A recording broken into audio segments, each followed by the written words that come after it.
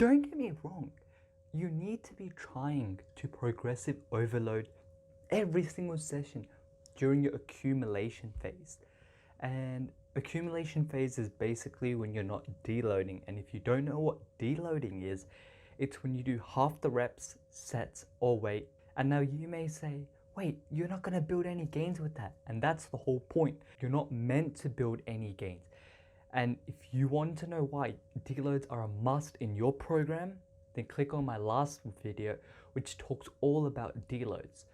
Anyway, back to this video. So during a regular accumulation phase, a normal week that's not a deload, you should be trying to progressive overload every single session. Because in essence, progressive overload is just increasing something that you track every single session. And if you track this way, which majority of people do, and it's definitely the easiest by far, it's tracking your weights times your reps and your sets. And you're trying to increase something.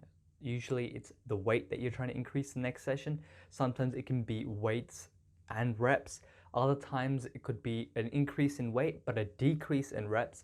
And then a couple weeks later, you increase both of them. Like, the way you do it really depends on how advanced you are.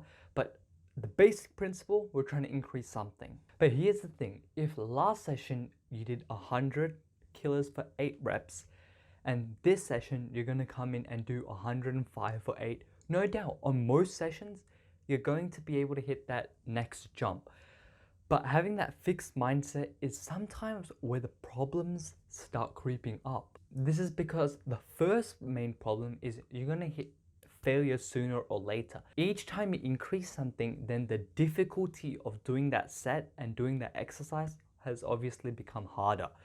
And each time as the exercise becomes harder and harder, eventually your body won't be able to do any more.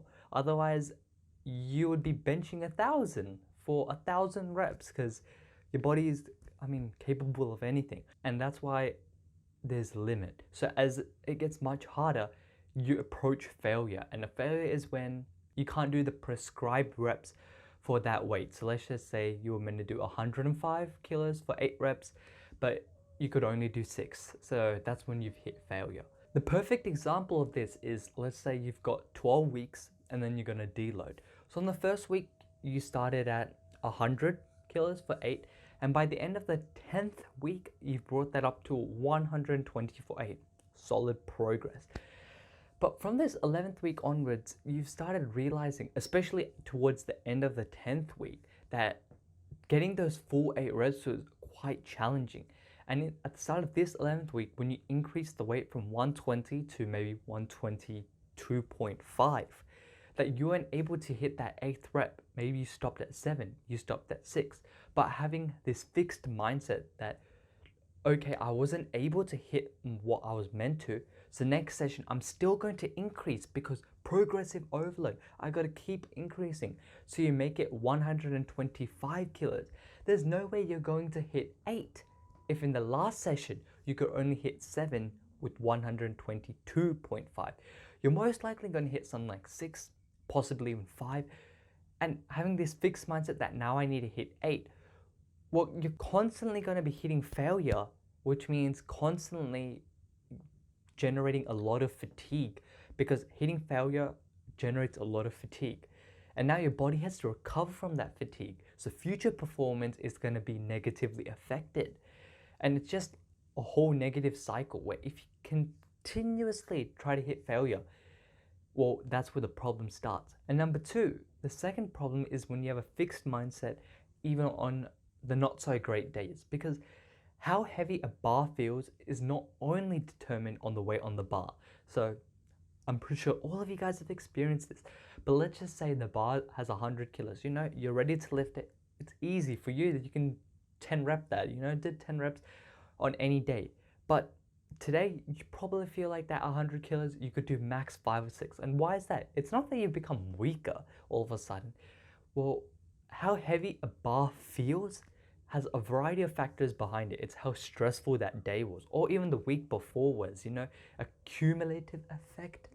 You've been feeling stressed for the past 6 days or something, I don't know. Your boss has been on you, deadlines are coming up. all of that. You could also not be sleeping well, for the past couple of days, or that day specifically, you didn't sleep that well, slept like 4 hours. So your chance and risk of injury has increased. Maybe you're in a deficit, so you're not giving your body enough energy. You don't feel recovered, you're not stretching, you have a lot of stress. You didn't have pre-workout, you're not training with your friends. All of those factors, you forgot your headphones, your music. So all those factors, they're gonna play a significant role, actually, in how heavy your bar feels. So let's just say last week was summer holidays. No work to do at all. So that was low stress.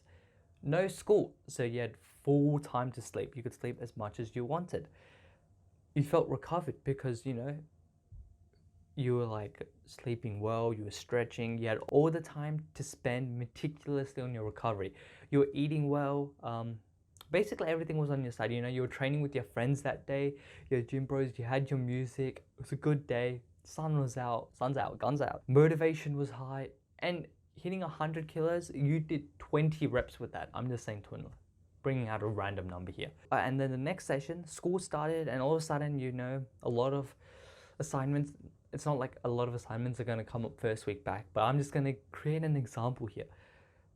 Not only that, but you have to wake up in the morning and now you've started a deficit because you're trying to get back into shape. Actually, that wouldn't make sense because usually you get in shape for summer. But anyways, and just all of the negative factors, like you forgot your headphones, low motivation that day, hitting that 100 kilos for 22 reps because progressive overload, fixed mindset is not going to work because most likely you're not even going to be able to hit 20 that day. It's going to be much less, more like 15 or even 10. Which brings me to my main point. You got to think of your day holistically, all the factors that can affect your performance. And on the days where one of them aren't in check, because first of all, you should be trying to mitigate all the negative ones, like try to control all of them. But time to time, things happen. And when things happen, you got to understand that day, possibly having this fixed mindset of I need to do more is not going to be possible. So just completing the workout would be an accomplishment in itself. That's all, boys. May the gains be with you, and see you in the next one.